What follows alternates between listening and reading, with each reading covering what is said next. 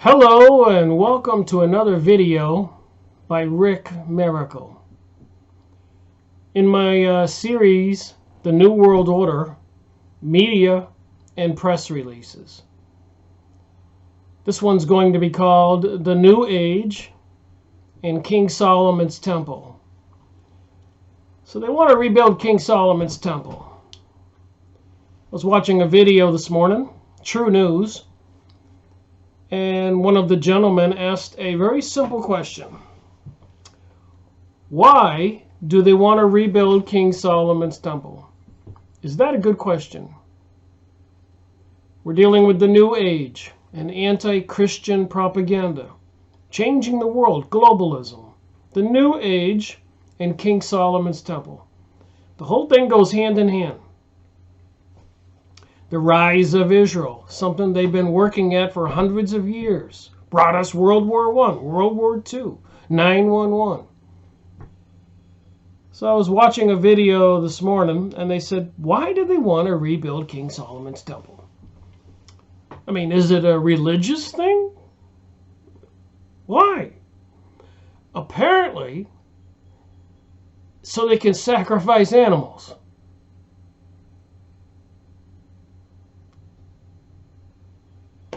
Is that a good answer? They just had a consecration or some kind of ritual for the altar that will be in King Solomon's temple. So apparently the Illuminati, the banksters, Zionist Jewish folks, and a bunch of others into satanic occultic organizations, Kabbalah, whatever, New Age, are in opposition to half the world, Christians and other good people, who reject the New Age, transgenderism, and all the other components that go along with it. And they're siding with the occult, Kabbalah, Lucifer, Satanism. We see the symbols everywhere. All-seeing eye, devil symbols. So it does seem like it's this against this. You wouldn't believe it. So why do they want to rebuild King Solomon's temple? As much as it boggles the mind.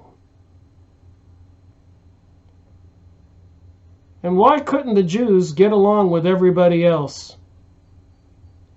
for 2,000 years? And 1,000 years before that, before Jesus ever arrived on the scene. Apparently the Lord sent the king of Babylon, Nebuchadnezzar, in Jeremiah, in the Old Testament. I made 2 videos on Jeremiah, down to Jerusalem to destroy it because they were sacrificing their sons and their daughters to the demon god Moloch or Baal or Rephaim, whatever. I made videos on this. They need to rebuild King Solomon's temple so they can sacrifice animals. Oh my.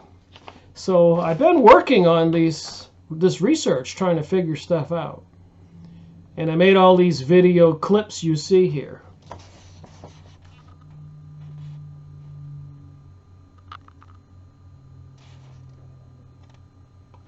So I don't know how many I'm going to get into this video, but I'd like to share with you some of these questions I was asking myself. And some of the answers are pretty bizarre. One of the things that I noticed in here on this list is that apparently Israel is the only safe place for the Jews. And who said that? They say that. Watch this clip. Unbelievable information. Welcome our next speaker.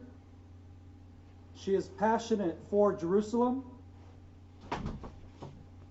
has made the brave step of making Aliyah from the other parts of the world, so to speak, all the way down south. Not south like in America, guys. We're talking about down South Africa. Her name is Anna Rina Heyman. She worked successfully in the broadcast and marketing industry in South Africa before throwing her weight in with the Jewish Agency for Israel in Johannesburg. And I'm probably butchering a lot of these words. Forgive me. I'm Israeli. I can do what I want, okay? Is it beseder? Yalla. There, she was head of marketing, mainly promoting Aliyah, which I personally, my answer to anti-Zionist or to anti-Semitism in the world, make Aliyah. Make Aliyah. We need the Jewish people to come here. This is the only place in the world where Jews are safe and where Jews are free to be Jews.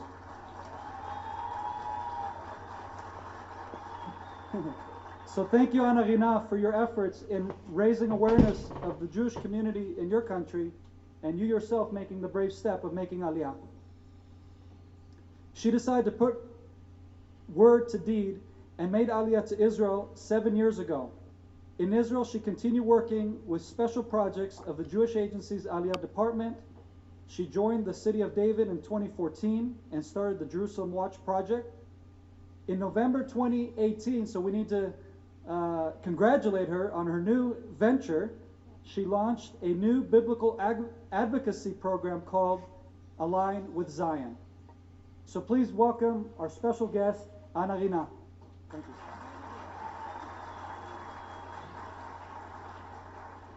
I'm also Israeli, so I negotiated 7 minutes, so just remember that. So I'm going to get going right now.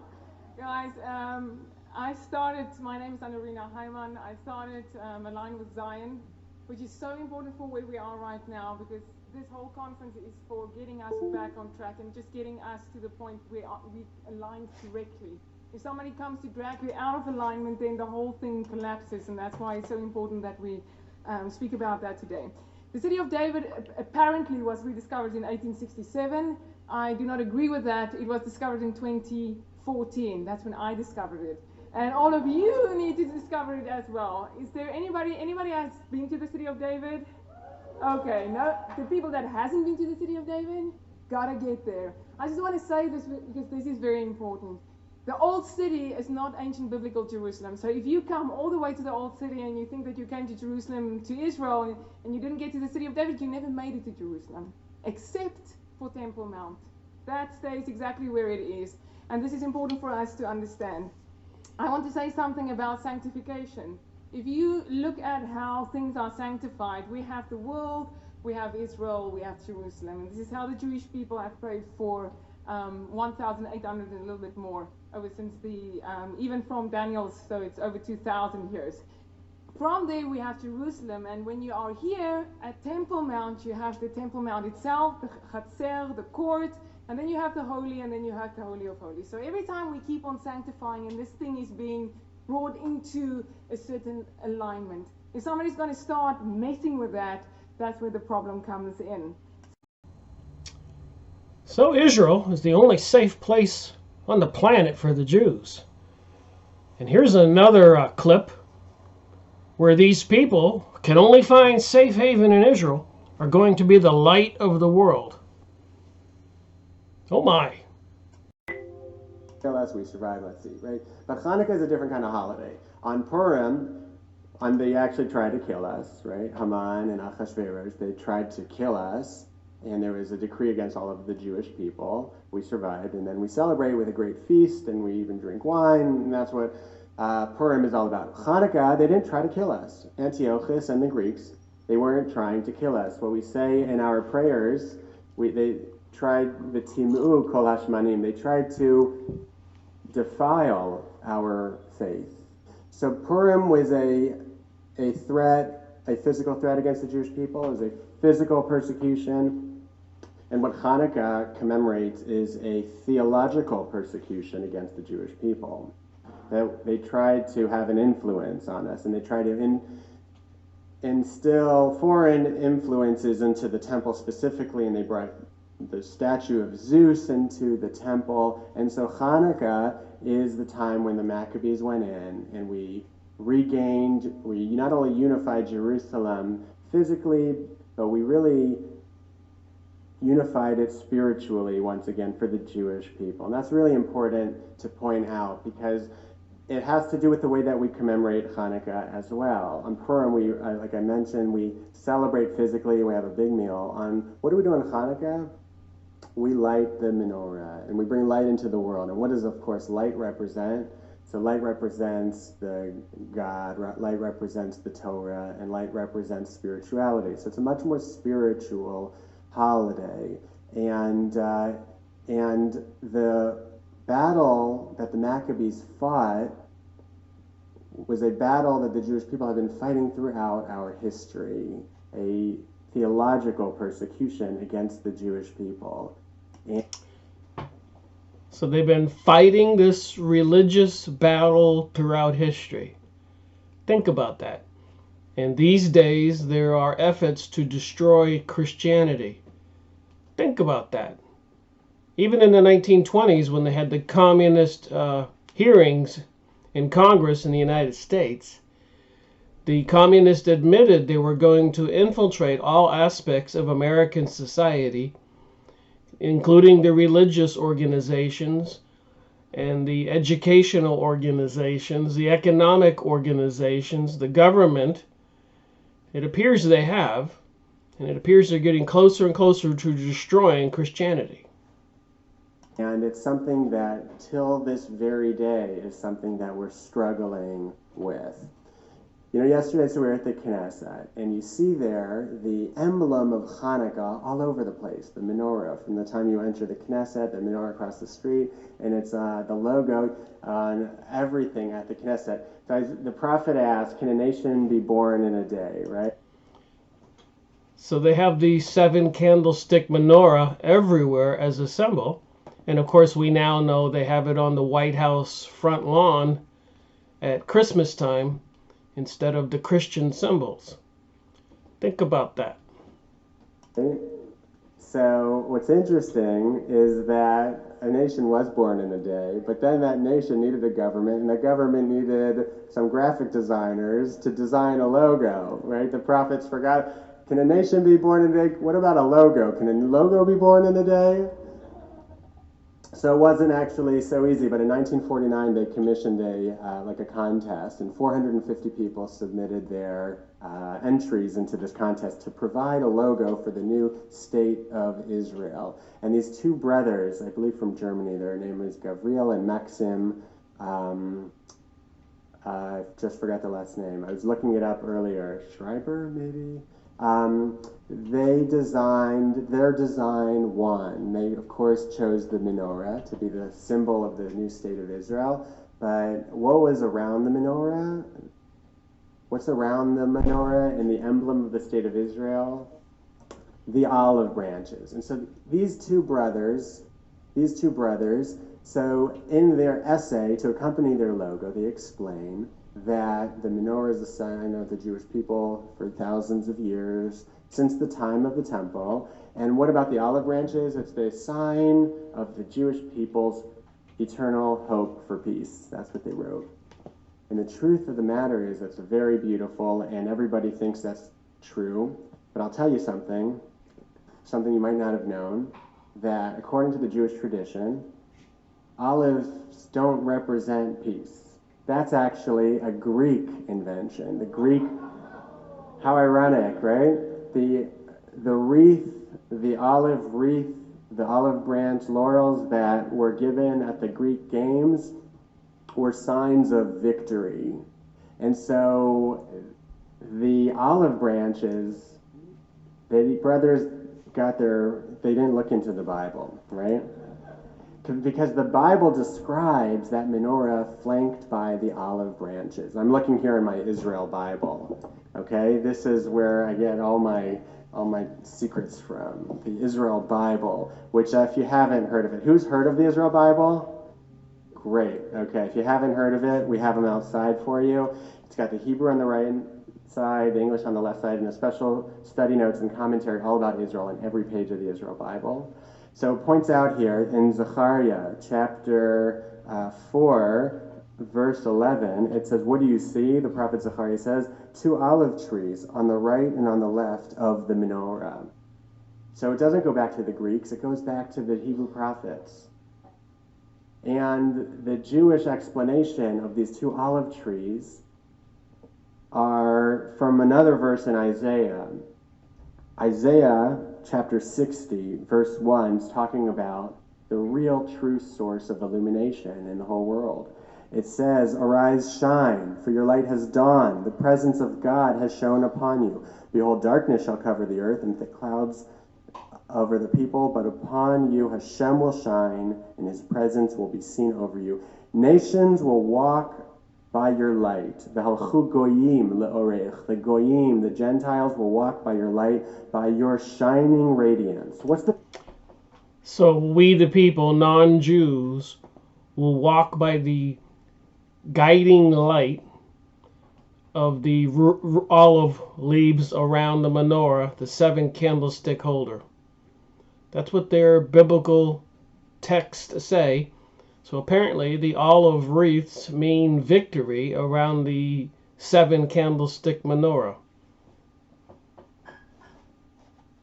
The shining radiance that the Jewish people have. This is something that appears over and over in the Bible. Not only right before Zechariah's vision of the menorah, the central theme of Hanukkah, it says in chapter 2, verse 15, in the end of days, many nations will attach themselves to Hashem and become his people, and he will dwell in your midst. Then you will know that I was sent to you. In the end times, the end days. Isn't that interesting? That's the idea here of Hanukkah. That's the idea of the state of Israel, to provide illumination, to provide light, to provide the Torah, and in partnership with the nations of the world. Here's another interesting one. Talking about themselves. Building temple awareness. And they say in this video that I guess the rest of us keep trying to kill them, and they survive. Unbelievable. Our next speaker is the director of Israel 365 and serves as the publisher of the Israel Bible and Breaking Israel News, providing latest international headlines from a biblical perspective. Rabbi Tuli Weiss attended Yeshiva University, Rabbi Isaac Elchanan Theological Seminary, and the Benjamin Cardozo School of Law, and serves as the rabbi of the Beit Yaakov congregation in Columbus, Ohio, before making Aliyah. So he was a rabbi in Columbus, Ohio, before making Aliyah, pilgrimage to live in Israel. And we so appreciate the organizations that he runs and leads that are so passionate about this topic that we're all convened together today. So will you all please join me in giving a warm welcome to Rabbi Tuli Weiss.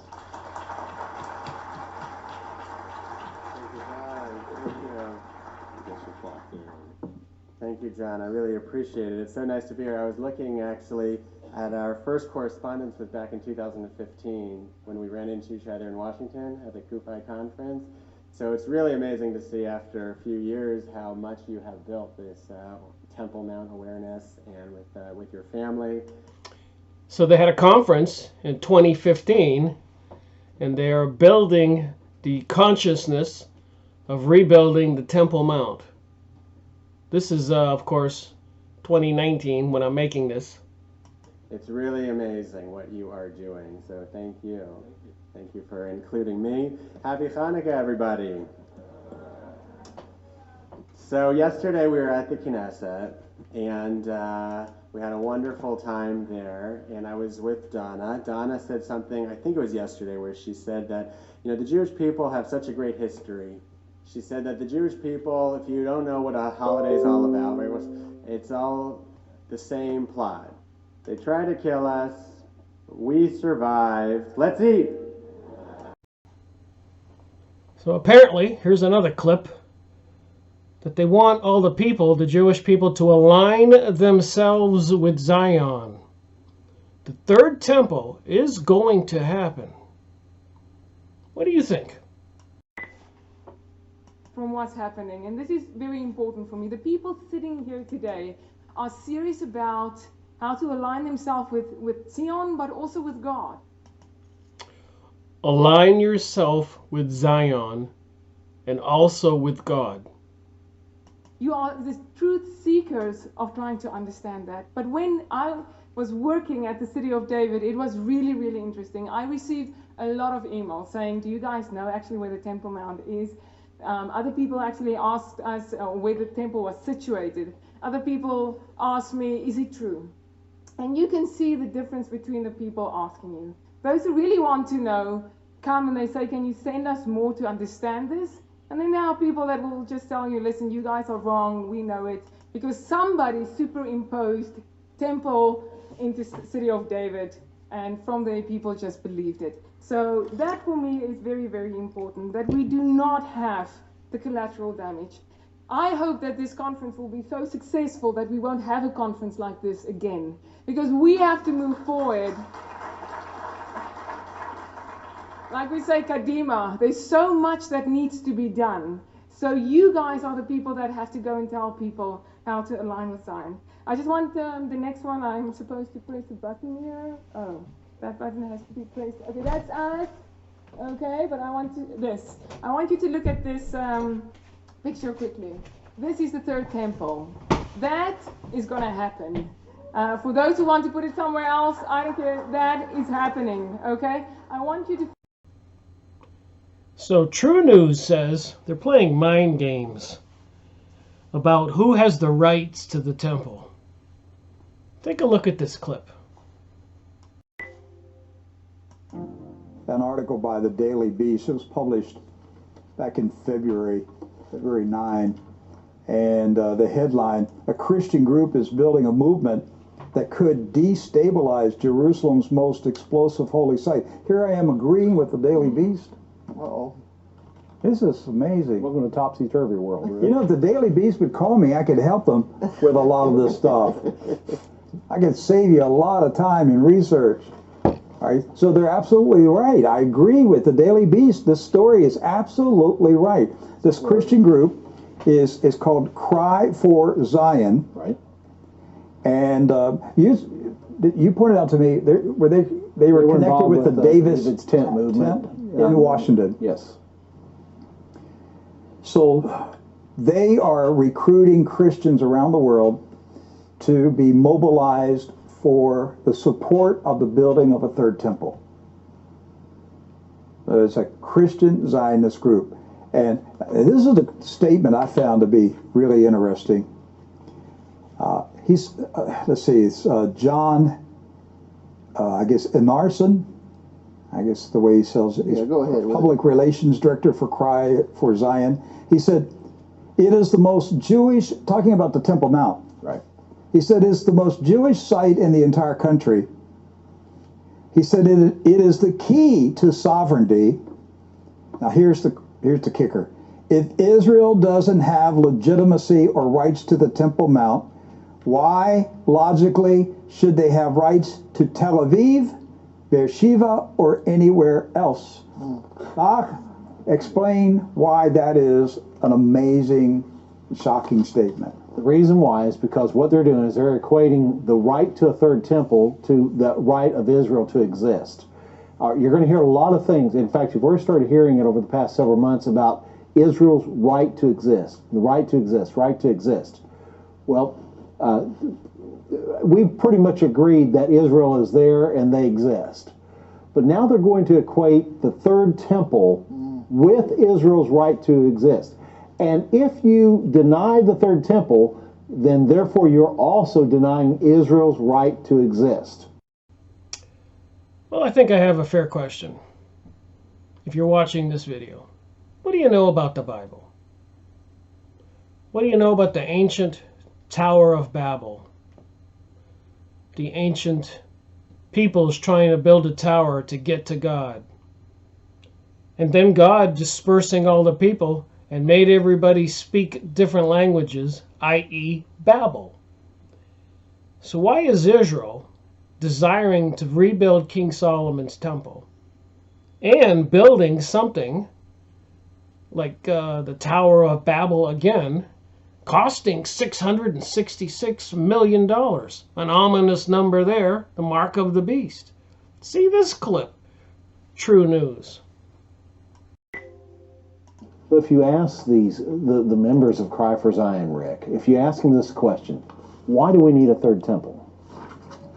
Why do we need one? Well, the Christian Zionists say that they got several answers. They say that that the temple has to be built so that animal sacrifices will start again. Somehow they're convinced that if millions of Jews are sacrificing animals in Jerusalem again, It's going to make them think about somehow Jesus. it's going to make them think about Jesus. Well, it didn't work the first time, Right, because they crucified Jesus, right. right? And then there's the belief that that the Antichrist has to go sit in the temple. Right. So you got these Christian Zionists who say we have to build the temple because the Antichrist has to go into the temple. Right, because But that's- Jesus can't come until the Antichrist comes, is what Right. they're saying, right? But all of that is based on a flawed theology that was created by John Nelson Darby, who did seances in Ireland. I mean, all these guys, there's always a mystical, secret knowledge, occult connection to them in Christian Zionism. Think about And I have been saying this in all of my videos.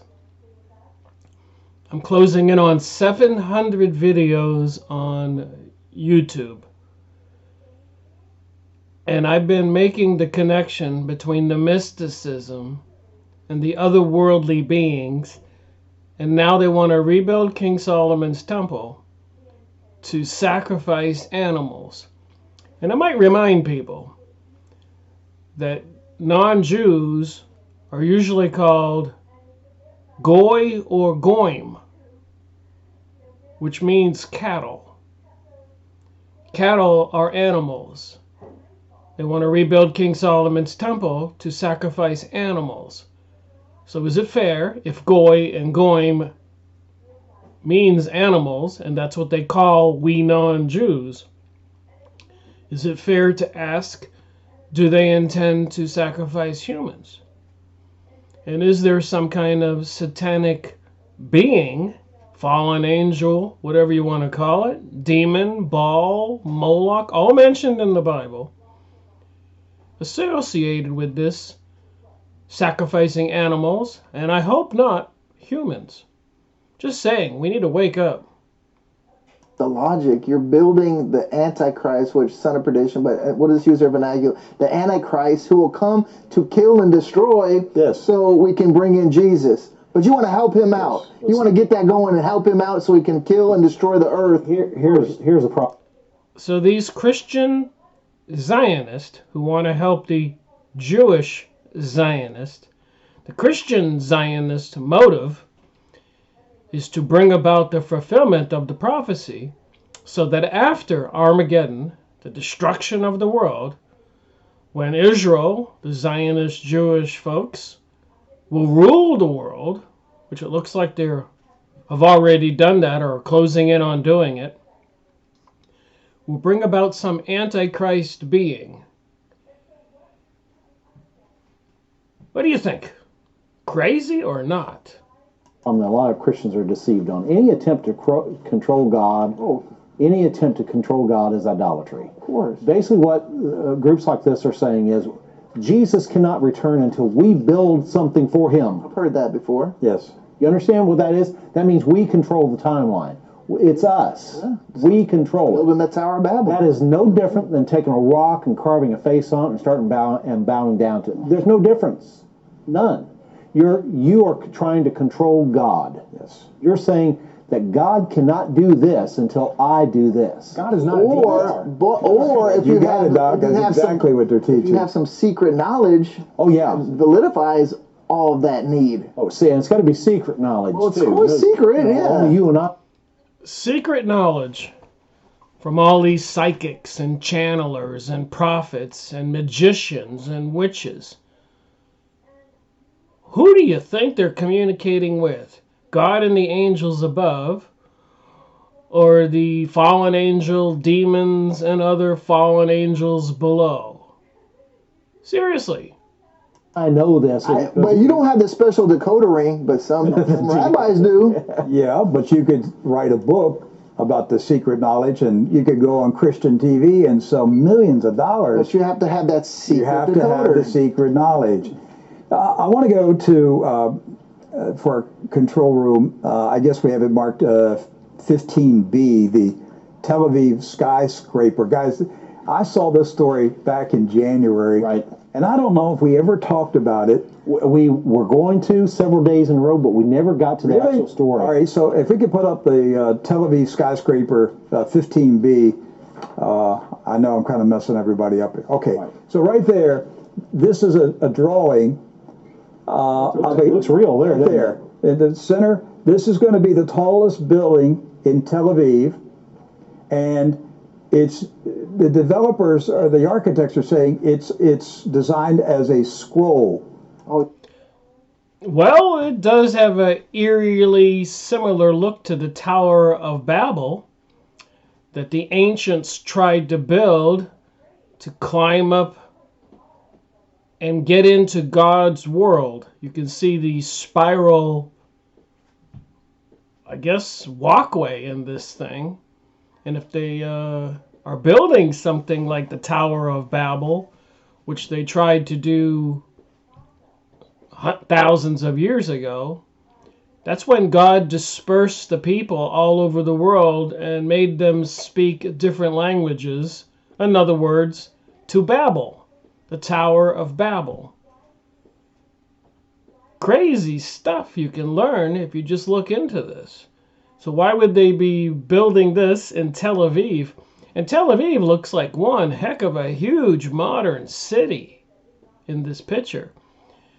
Previously, the American embassy was located in Tel Aviv, but recently President Donald Trump said that they recognize Jerusalem as the capital of Israel, so they moved the American embassy, as well as many other nations all over the world have been moving their embassies to Jerusalem. So this fulfillment of these biblical prophecies look like they're coming true, even with a $666 million Tel Aviv skyscraper, which looks like the Tower of Babel. Go watch this video. It Okay. looks like Tower of Babel. But others are saying it reminds them of the Tower of Babel. And so back in January, Breaking Israel News, who is a Chabad Lubavitch news website that they practice Kabbalah, yes. Mysticism, and so There's another interesting connection.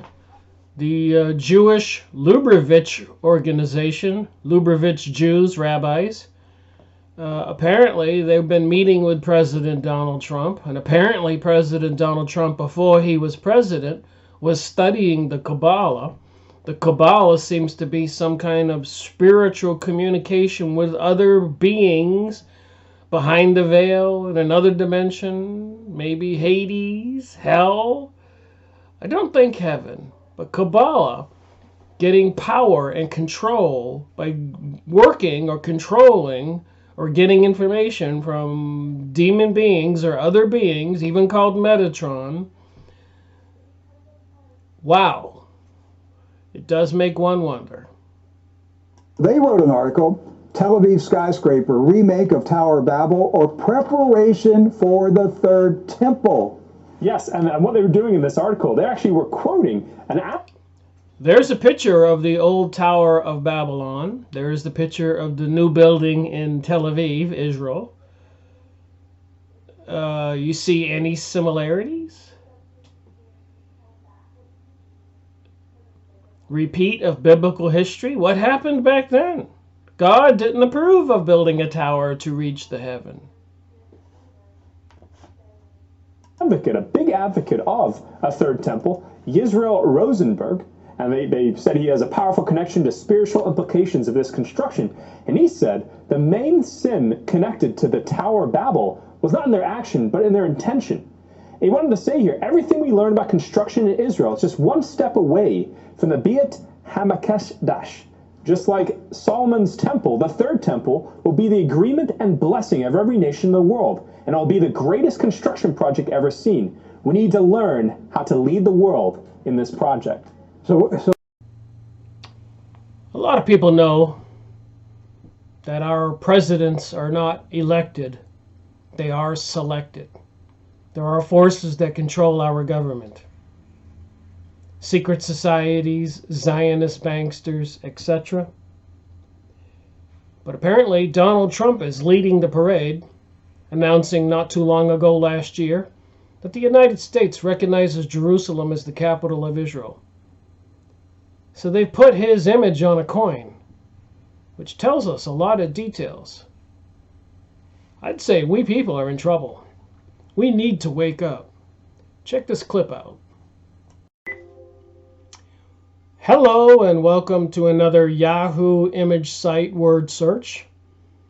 So I was just playing around on the Yahoo image site looking up different words. It's funny how the pictures can tell you so much. I looked up Donald Trump King Solomon Temple coin, as you can see here. So let's look at some of these coins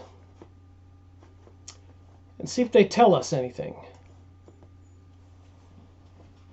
So President Donald Trump's head is on the coin with King Cyrus. King Cyrus helped the Jews rebuild the second King Solomon's temple. So apparently they're all talking about building the third King Solomon's temple. And interesting, I was watching True News this morning and the question came up, why do they want to rebuild King Solomon's temple? And apparently it's so they can sacrifice animals for whatever reasons. And apparently these are all efforts to destroy Christianity and discredit and say Jesus Christ was not the Savior. And according to prophecy, there's supposed to be an Antichrist entity arriving.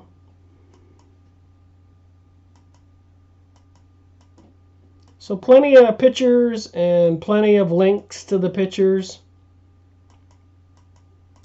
So if anybody denies this, they just don't want to know the truth.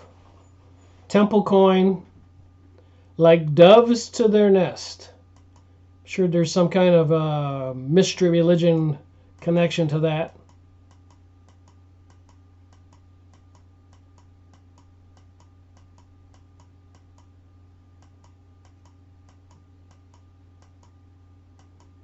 So apparently, when they do rebuild King Solomon's temple, people who profess that they believe in this Antichrist or this religion will be required to visit the temple and donate a half shekel. So apparently these coins are half shekel.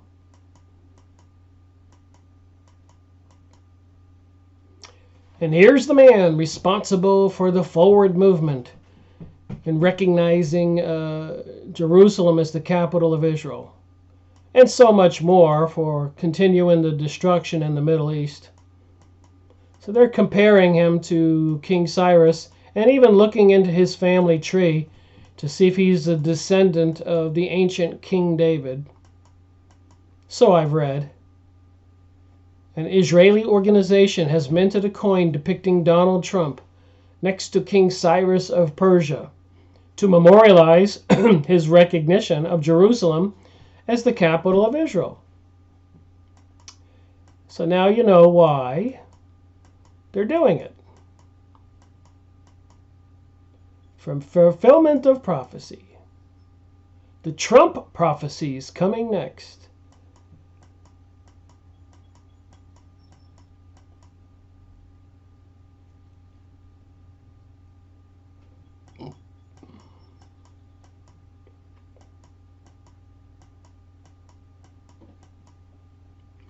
So what do you think? Serious business? From a guy who's sending a fleet of ships, this is May 2019, to the coast of Iran right now, sending a fleet of bombers to the neighbors of Iran right now, raising the tariffs on goods at the ports in America from China to 25% right now. You think these are things that could agitate and create World War III?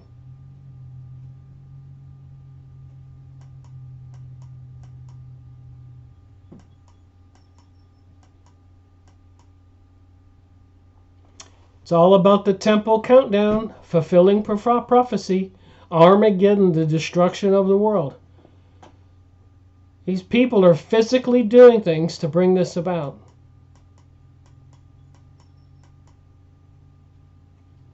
Cyrus the Great. And there's Donald Trump the Great. Make America great again. Get it? This is the Dome of the Rock. This sits where they want to put King Solomon's temple.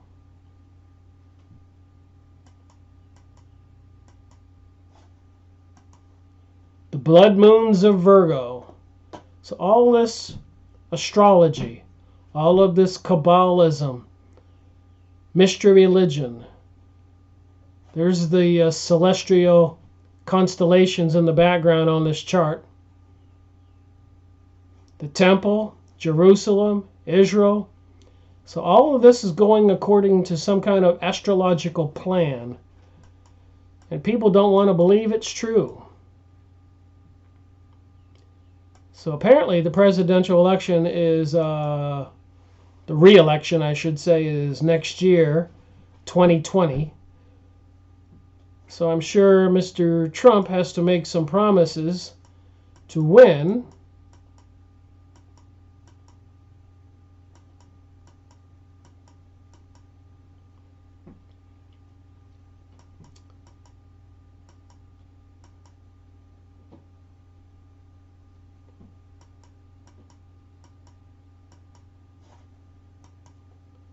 There's a funny picture.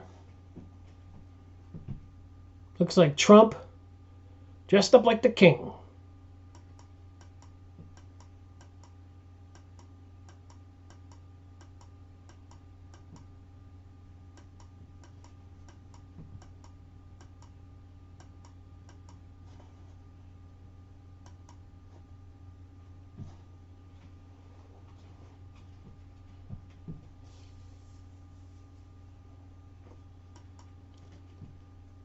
Trump in charge of our military.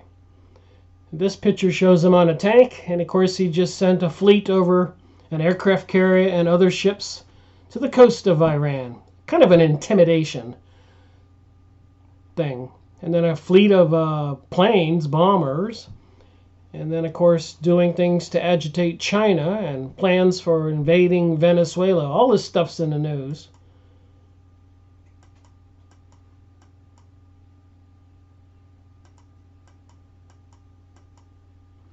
Apparently Trump was studying the Kabbalah. He's been knighted in one of those secret societies.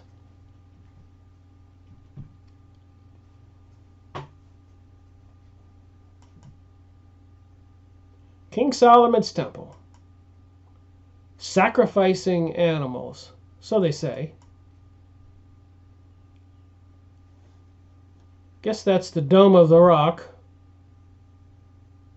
Looks like the Wailing Wall right here in the center of this picture, where we've seen pictures of our presidents and other famous people put the little Jewish hat on and go and pray on this wall in the center of this picture. So you can see the shape of the whole building and the Dome of the Rock sitting back here. So that has to go away if you've seen pictures of King Solomon's temple. There you go. So that needs to replace that.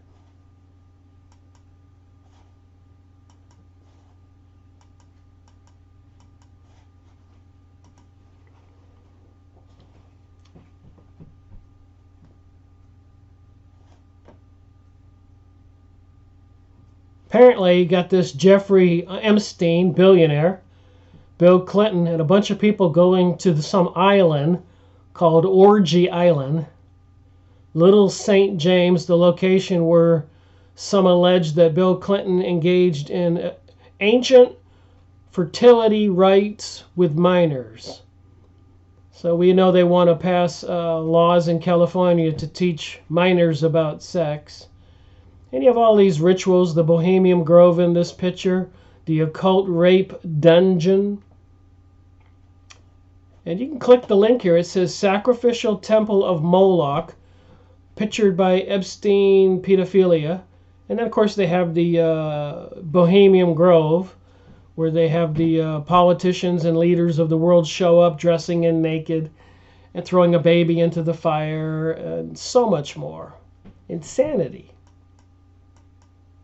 This is under the Donald Trump coin search. So did Donald Trump go to the Wailing Wall? It looks like it. Got pictures of George Bush, all the leaders going to this wall. You know who they work for.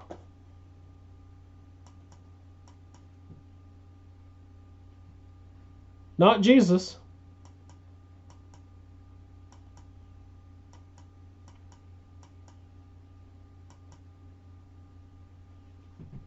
And I did not preview these pictures. You're seeing what I see.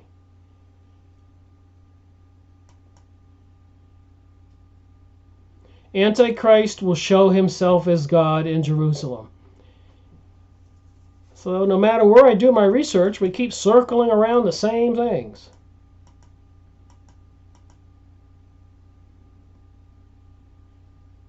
Bisexual? What's this say? Ivanka and Tiffany? Well, I guess they're just a picture of a family. I don't know.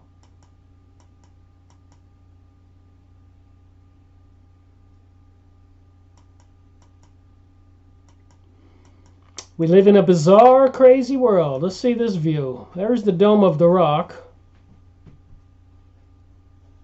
Can you picture King Solomon's temple there? Look how populated the city is all around there. I guess the real estate prices will go through the roof.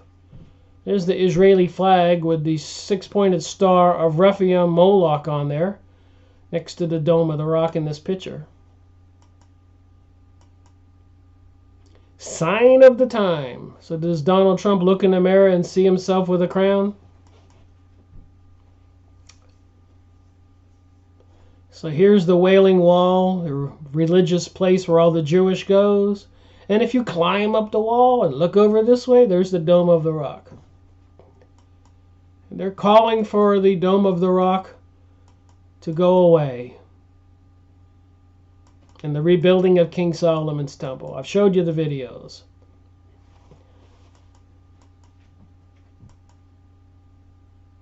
Ah, $1,000 bill with Trump's picture on it? That's funny.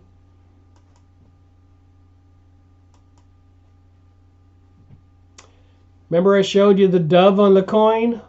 Donald Trump's ultimate deal. And here he's holding a dove. And there's a dove on the Donald Trump coin. I'll show that again. And he's holding a dove. You think that's a coincidence?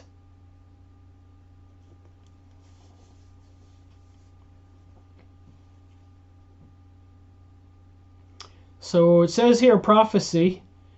You will see a call for peace and safety in Psalms 83, which will, I guess, be the beginning of the Arabs will attack Israel in the last days.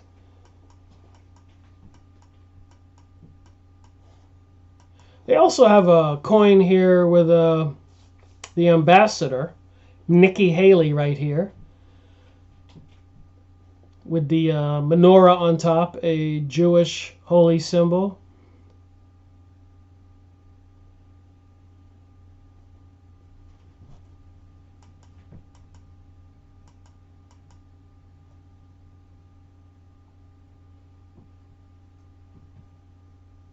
Kind of cartoons. When you look at these pictures, you can click the links.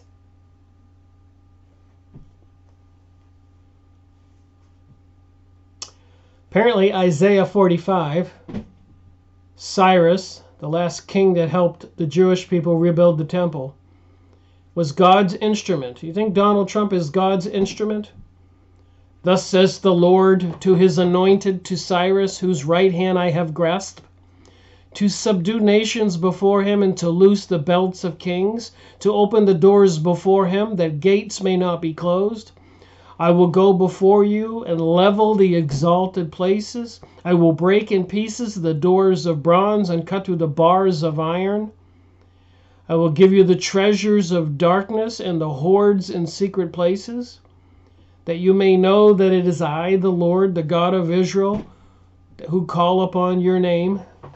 For the sake of my servant Jacob, Israel my chosen. So whoever this God is has chosen Israel. and he's going to destroy everything.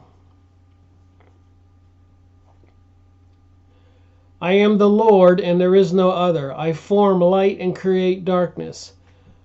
I make well-being and create calamity. I am the Lord which does all these things.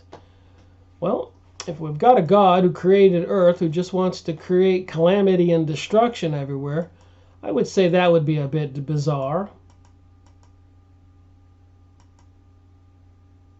That's not what Jesus taught.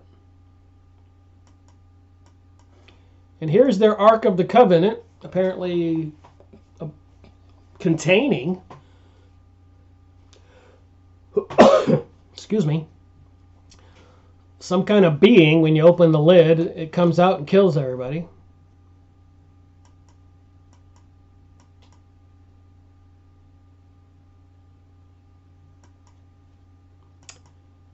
Oh, here's an interesting picture. Looks like some ancient people carrying a menorah, maybe carrying the Ark of the Covenant.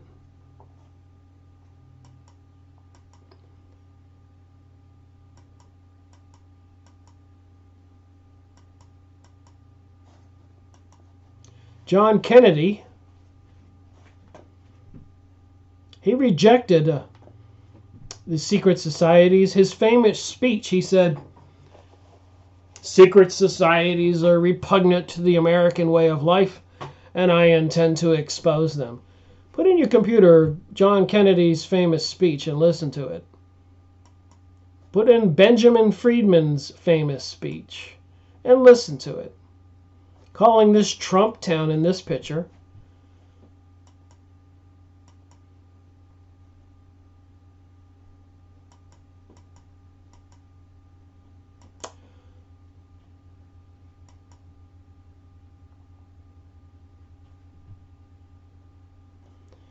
The United Nations Emergency Room. They're out denouncing Israel, return in who knows how many minutes. Well, I guess you could see that you can have a few minutes of education by going to Yahoo image site and looking into the Donald Trump coin. Thank you for watching this video. Rick Marico reporting.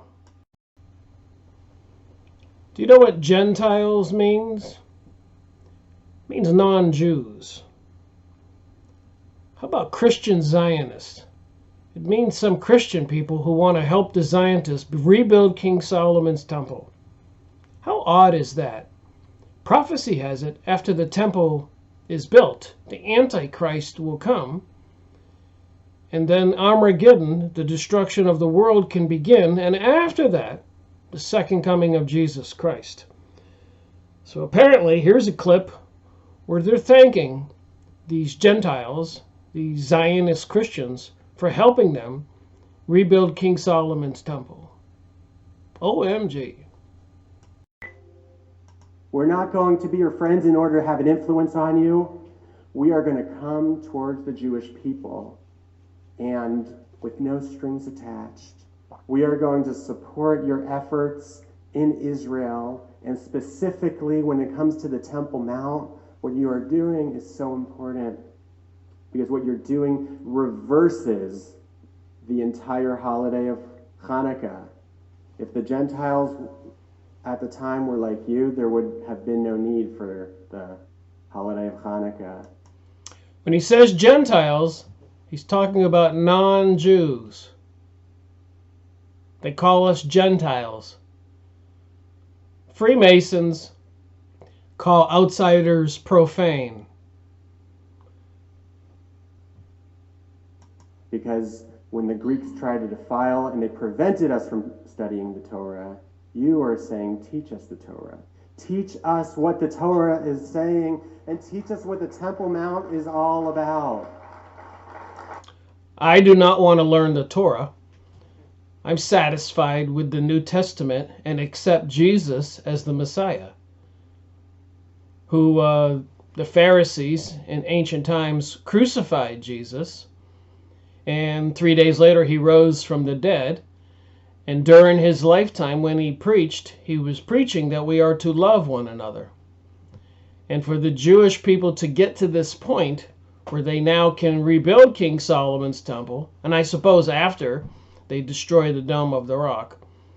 Apparently, they're supposed to rule the world, and some of these speakers are saying that they are the light of the world.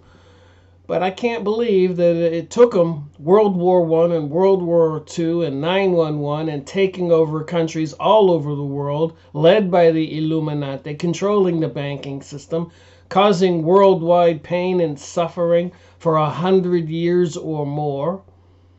It just doesn't seem that that would be, in my opinion, God's plan for the world. So thank you for organizing this conference on Hanukkah to understand why the Temple Mount is the focal point of the Jewish experience throughout our history, and especially the focal point of the holiday of Hanukkah. And thank you for really helping us fulfill this special holiday in the most meaningful way possible. So I've been researching this material and researching it and researching it. There's a word called Aliyah, which means return to Israel, but I couldn't quite remember how to spell it. So I just put into my Yahoo image search, return to Israel. And I found some interesting pictures and photos. Take a look at this clip. Let me know what you think. Welcome to another Yahoo image word search, or in this case a couple words. Return to Israel. So what do you know about recent history, about the efforts and plans for over 100 years to repopulate Palestine with Jewish people? Over 100 years ago, Theodore Herschel wrote a book, The State of Israel, with the plans to obtain the Palestinian people's land to rebuild the ancient kingdom of Judea, now called Israel. That was before 1900, in the late 1800s.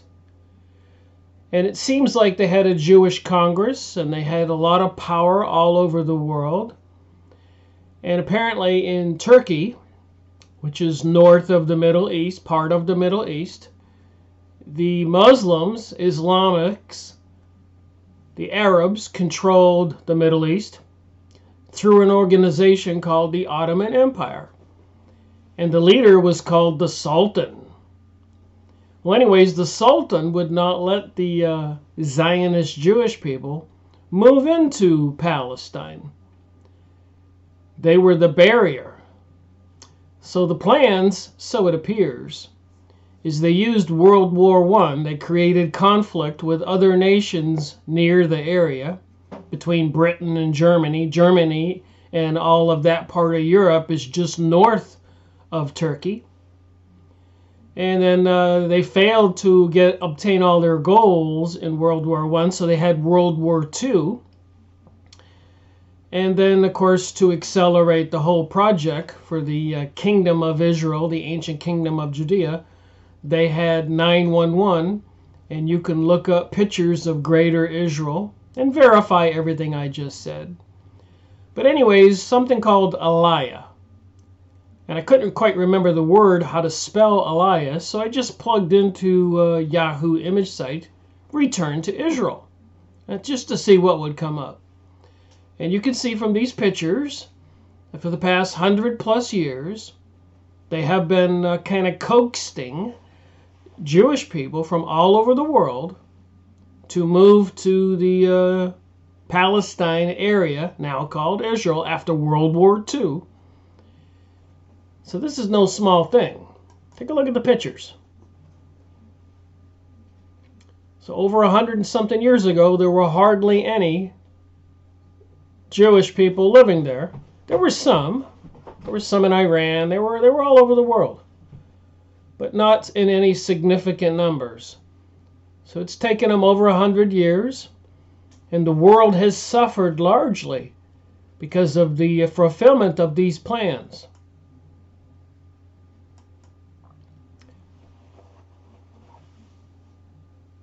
The Germans destroyed our families. Well, apparently the people behind the creation of Israel, the Illuminati, and other secret societies controlled by the Zionist elite Jewish people, brought us World War I, World War II, and Hitler, by the way. So if it weren't for the Zionists bringing us World War I and World War II, these people couldn't be blaming Germany or Hitler for destroying their families. So it was the elite Zionist Jewish people and people into the mystery religions, the secret societies, high-level Freemasons, banksters, Illuminati, Rosicrucians, who behind the scenes control our world. Is there any doubt? And there are 100 or 1,000 other names for these secret societies, these elites. So when you read this banner on this ship, the Germans destroyed our family. So they're going where the Zionists wanted them to go, to the Palestinians' land, to create the state of Israel. But it was the Illuminati, Zionist, elitist, bankster Jewish people who brought us World War I and World War II. Just saying.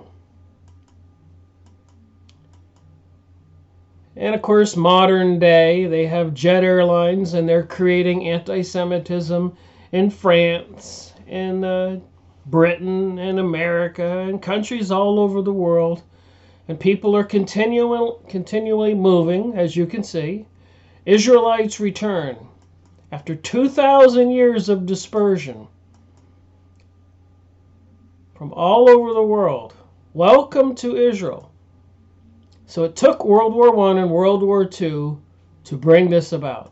And 9/11 to further destroy all of the Arab countries around it.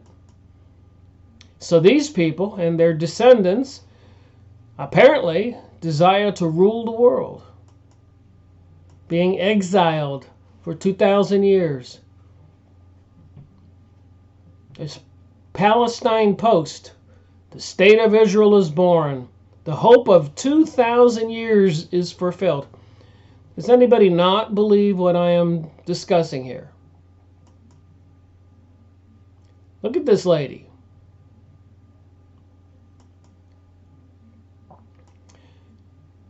Cyrus the Great conquers the Babylonians and permits the Jews to return to Israel and rebuild it 539 BC, about 500 years after it was built in the first place. These people are happy. The six-pointed star, ironically, the star of Moloch and Rephaim, demon gods. Similar shape to the Merkabah, some kind of device that you meditate on so you can communicate with other beings in other dimensions, according to the Kabbalah and all my research. Return to Jerusalem. So like I said, it's been going on and on and on for the past 100 years. World War I, World War II, 9/11, anti-Semitism in France and America, everywhere, to kind of encourage these people to move back to the ancient kingdom of Judea, now called Israel, to fulfill some kind of prophecy where they will be the light of the world, the rulers of the world, and their Messiah will come and be the king of the world and help them to dominate and control the rest of us. Because they're special, so they say, and we're not, so they say. Of course, I don't believe in this. I believe in Jesus Christ and what he taught, not in the Old Testament. Israel calls for return to peace talks, 2011. And there's been nothing but death and destruction for the Palestinians, and all kinds of confusion and chaos and anarchy throughout the rest of the world. Descendants of the ancient Chinese Jewish community return to Israel. Well, that's odd. They look kind of Chinese.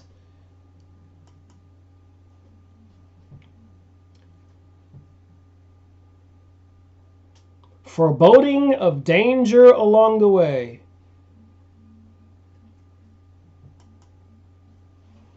Before World War I, you can see in this picture, the Ottoman Empire is in brown here. on the top left. Hungarian Empire, Austrian-Hungarian, Germany. You got Italy here and Russia to the north. So Ottoman Empire controlled all of this.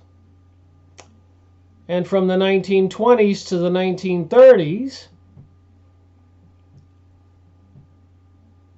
looks like the control was in blue here. Before the First World War, the Middle East had been dominated by the Ottoman Turkish Empire for some 400 years. There was no Israel. And then Israel today, following the British occupation mandate, return has taken 100 years. And now we see pictures of Greater Israel, and after 9/11, the destruction of all those countries, and the continued bombing of Syria today.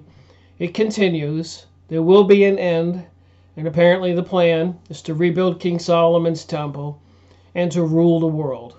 And I kid you not.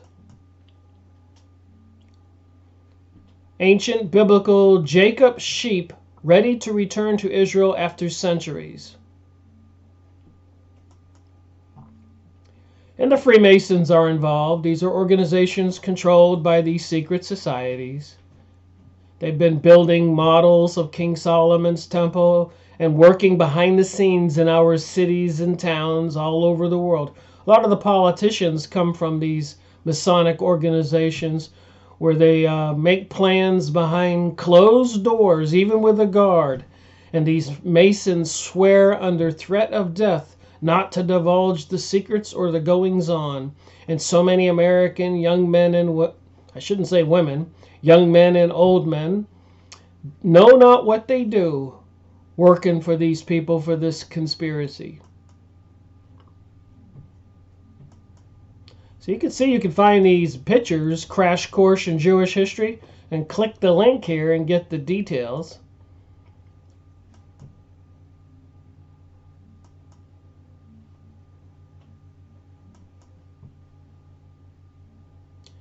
Israelites returned to their homeland 1670.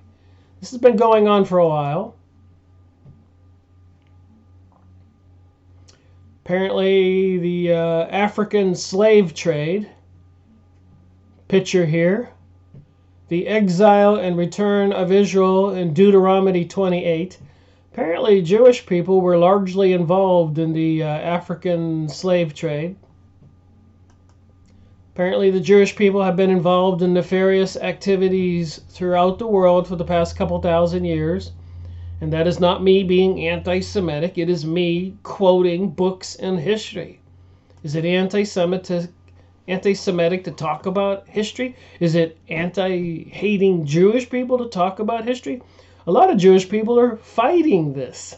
You can see the pictures of Orthodox, God-believing Jews fighting the Zionist world domination Jews on Yahoo image site. Just look up Zionism, you'll see. Look at my previous videos, you'll see. Look at many books written and famous speeches by Jewish people like Benjamin Friedman, you'll see. So apparently, Israel in the end times. I'm not making this stuff up. You can go look up these pictures. What is the significance of the Jews' return to Israel? And that's weird too. I was watching True News this morning, and the question came up, why do they need to rebuild King Solomon's temple? Ask them that. Why do you want to build that? Why is this such a world important thing for the whole world to be saved, for you to rebuild King Solomon's temple? And apparently it's so that they can sacrifice animals and fulfill some prophecies. Get it? Do we really want them sacrificing animals on an altar to some kind of deity? Do we really want that? Just asking a question. Return to Zion, the history of modern Israel. So as you can see, there's no shortage of information here. And they were exiled.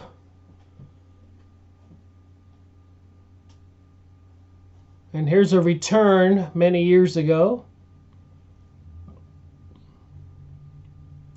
450 BC.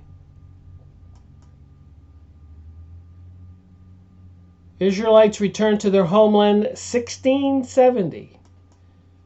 So I guess this will be the third time. It used to be called Palestine. As you can see now, the whole territory is called Israel. Do these people really understand what they're into? Do you think they do?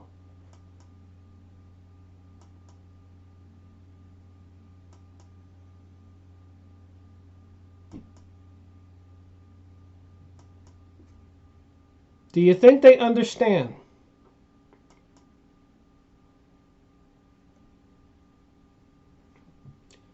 '20th anniversary of the return to Jerusalem. Do you think they understand? Do they understand biblical prophecy? Here's another picture. Creation of Israel. Zionism, political movement for a Jewish homeland. So if it's a political movement, why do they want to rebuild King Solomon's temple to sacrifice animals? Isn't that kind of a religious cult movement? And if it is the Kabbalah and the associated other organizations, it seems to me they've been accused of sorcery, witchcraft throughout the past couple thousand years. Is Kabbalah sorcery? So it's not a political movement if it's a satanic cult. Wouldn't that be a religion, albeit a satanic religion? Why? Because the Jews faced persecution and genocide throughout their history. Why would they be facing persecution and genocide throughout history? And all the books that I've read have showed that governments for 2,000 years have welcomed them and tried to get them to assimilate and normalize and get along with everybody else. But they absolutely refused it and wanted to be in isolation. Again in countries for 2,000 years, they demanded isolation. So it was not the rest of the world. Jews started moving to Palestine in 1890 to 1930s. So right in the middle of that period was World War I. And who was preventing the Jews from moving into Palestine? That would have been the Ottoman Empire with the Sultan. So they had to have World War I to destroy the Sultans and the Ottomans' control of the Middle East.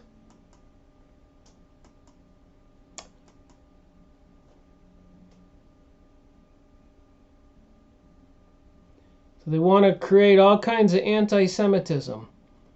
A Palestinian protester shows Israeli soldiers a portrait of Israel's Prime Minister Benjamin Netanyahu with a SWAT sticker. So they're equating Benjamin Netanyahu with the SWAT sticker. And I am aware that Hitler and his regime were into the Kabbalistic type of cults also, called the Vril Society, Thule Society, FYI. So it does seem like the elites, Illuminati, secret societies had to put Hitler in charge of Germany so they could build it up to have World War II. Poor Germans were duped into that one. To the return of the Ark of the Covenant, Beth Shamash. So the Ark of the Covenant, the golden chest, what they took into battle, opened the lid and the spirits came flying out of it, killing everybody. Did you see that in the Indiana Jones movie? This is the Dome of the Rock.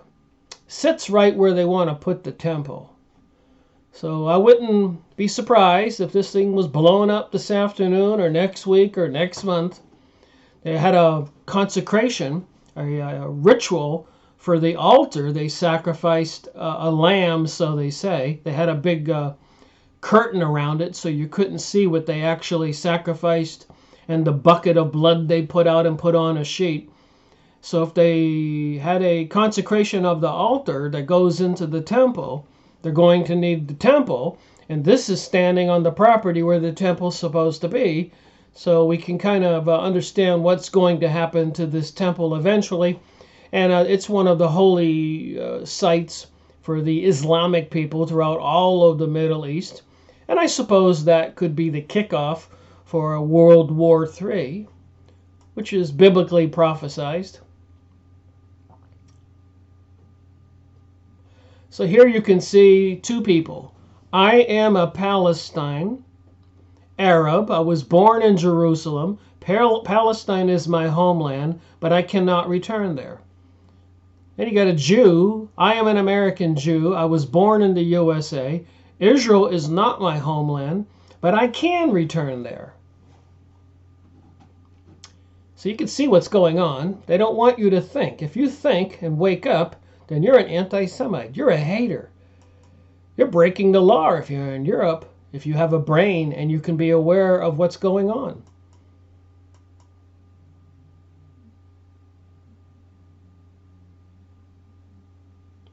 This guy has the sign, promised by God, not by Obama. And they deny Jesus was the Savior. And they're going to make that the law of the land, apparently, with the Noahide laws and the things I've been listening to numerous rabbis say, mocking we Christians for believing in Jesus Christ. Go watch the videos. They mock Christians. They mock Jesus. They do worse than that. They say horrible things about Jesus. Things that are too disgusting that any normal, conscientious, ethical, decent person would never say about another person's religion. So the people of Israel would return to their own land. Ezekiel 34:13. I will bring them out from the nations and gather them from the countries, and I will bring them into their own land. I will pasture them on the mountains of Israel, in the ravines, and in all the settlements of the land. Amos 9:14 and 15. I will bring back my exiled people, Israel. I will bring back my exiled people, Israel. They will rebuild the ruined cities and live in them. They will plant vineyards and drink their wine. They will make gardens and eat their fruit. I will plant Israel in their own land, never again to be uprooted from the land I have given them, says the Lord your God.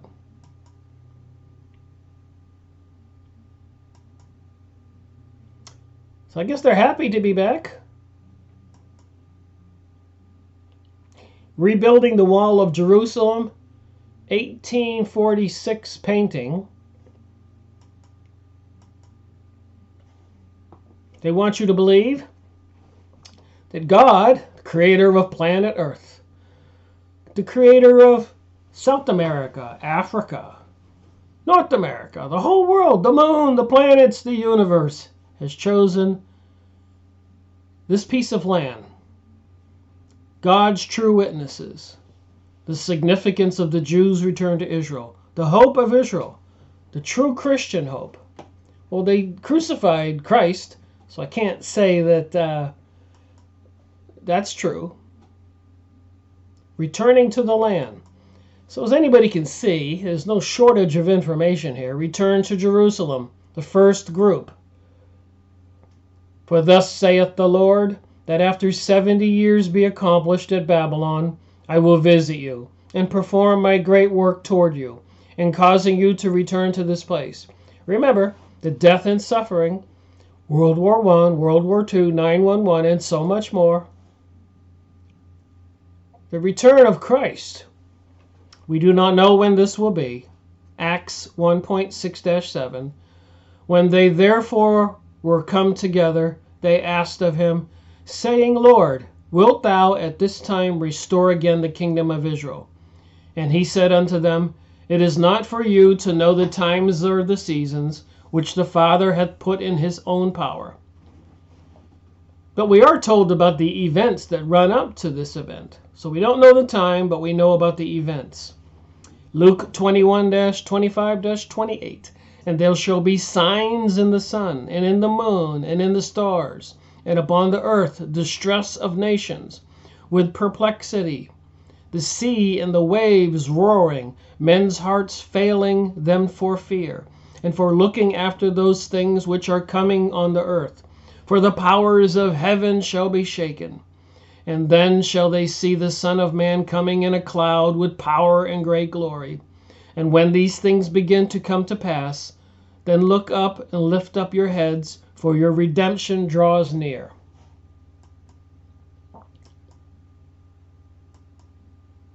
And I know a lot of people are turned off by religion because this whole conversation is so confusing. They don't, if you read the Bible, the basics, even when Jesus overturned the money changers' tables, he said, ye are of your father the serpent. You read the Bible, you find out about the fallen angels, and the leader turned into a serpent. So apparently the captivity route, 734 to 732 BC, and the Babylonians take the Jews into captivity 587 BC in the green. And remember, I made 2 videos on Jeremiah in the Old Testament.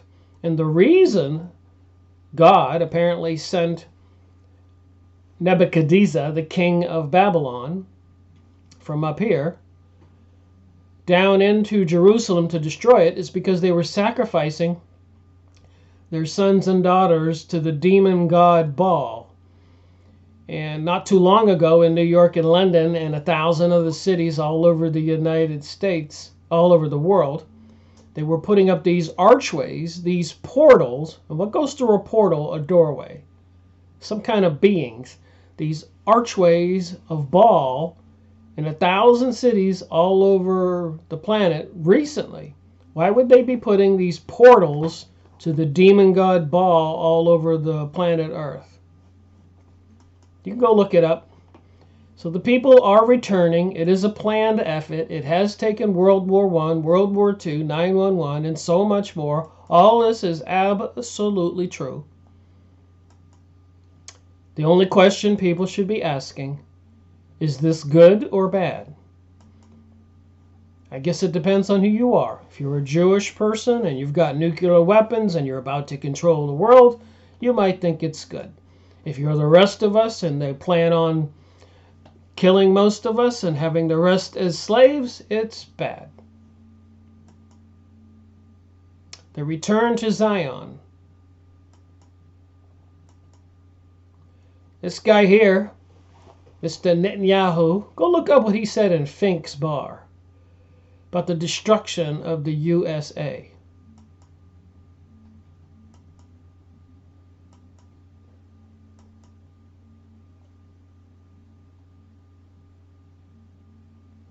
So what do you think?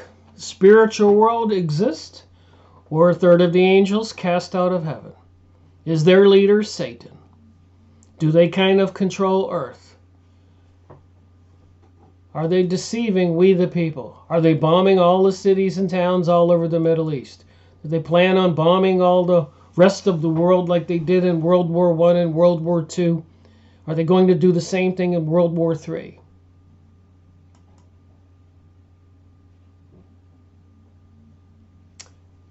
Let's see what this one says. Ezekiel 38.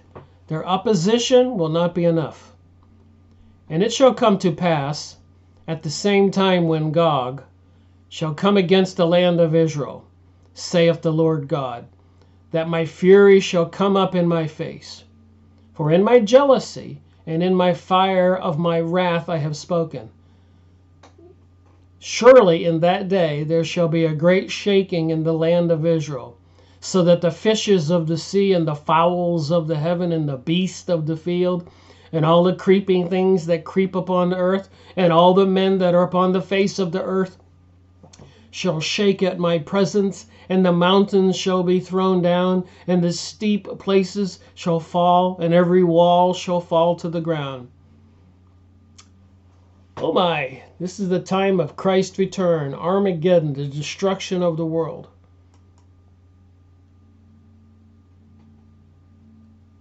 So for the past 100+ years, World War I, World War II,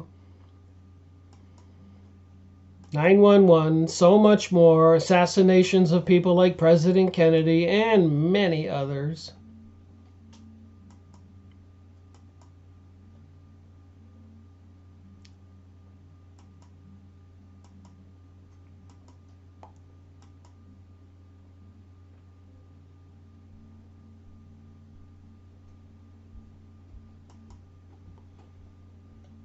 Zionism, movement for the return of the Jewish people to their homeland, created of an independent Israel.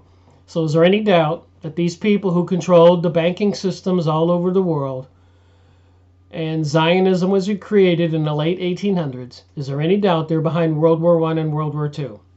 Because Turkey controlled the Middle East with the Ottoman Empire and the Sultan. That had to be destroyed. Germany wouldn't go along, so the elite Jewish people convinced Britain to go along with the promise of giving them the land of Palestine, called the Balfour Agreement. So Britain won the war that it was losing, and they deceived Americans by bringing the Americans into the war. Even when President Woodrow Wilson, in his campaign for presidency, said he would not take our sons and daughters to war, they lie, they deceive.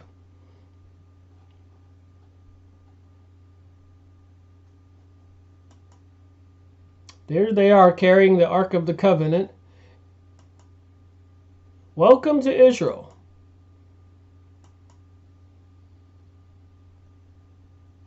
Plenty of things here to read on Yahoo image site, looking up the word return to Israel. All this history, everything I've been saying, you can go verify. You can say you don't believe in any of it and it's all a lie. That's okay, but we all know that the physical activity on planet Earth is happening. They did do 9/11. They did bring us World War I and World War II. In the late 1800s, the leader of the Freemasons, Albert Pike, said there would be 3 world wars, and everything else he said that would happen has happened. So I suspect World War III will happen, which it already may be happening. Maybe it actually started with 9/11. So I suppose we can expect the Armageddon, the world destruction event also. Unless we want to be in denial.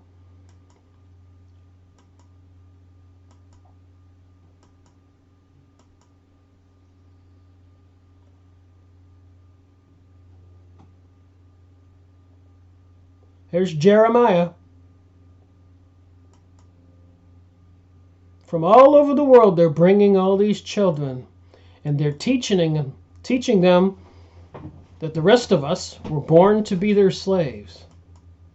Believe it or not. Creation of Israel. There's Theodore Herschel.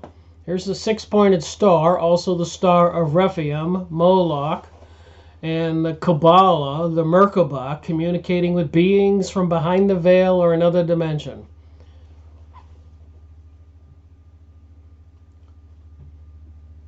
Organized by Theodore Herschel in 1897. So, about 13, 14, 15 years prior to World War I. The timing is there.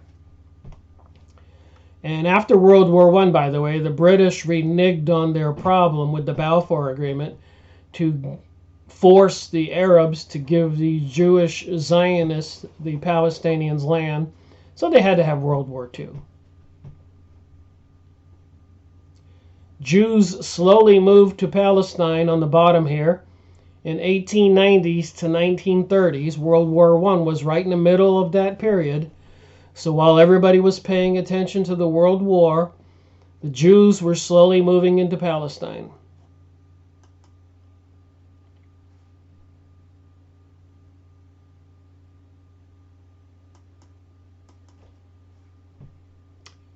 They look happy. Some probably came from New York, Oklahoma, Canada, Brazil, France, Germany, Britain, Iraq, all over the world, China.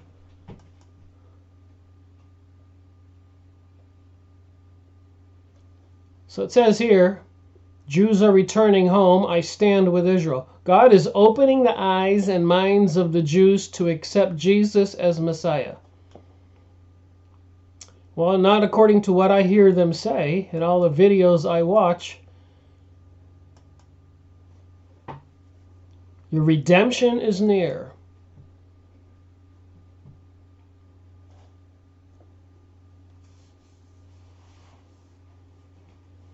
So Joseph takes his family to Egypt, staying until Herod dies.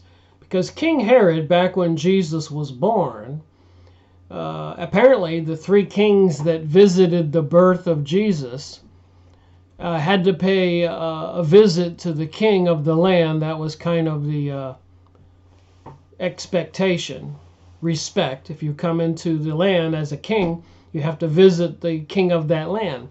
So the three kings, after visiting the birth of Jesus Christ, visited Herod. And of course, Herod said, "Why are you here?" And they said, "A king is born." So people don't want to believe that Jesus was the king and he was born.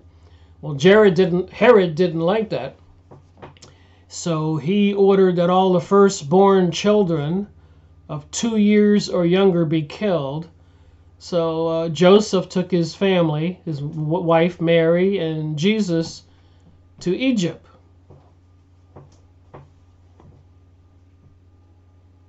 So all the stories are there if anybody wants to read them.